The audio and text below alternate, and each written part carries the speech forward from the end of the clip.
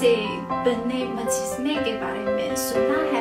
मतलब है तो आटे से बनी हुई बहुत से मुख्तलिफ चीज़ें, यानी शसी, धागा या जानवर या जानदार और बहुत सारी मुख्तलिफ चीज़ें हैं। और आज मैं इसी तरह के एक म्यूजियम में मौजूद हूँ और आपको तो आटा से बने मुजस्समा कैसे बनाया जाता है तो आपको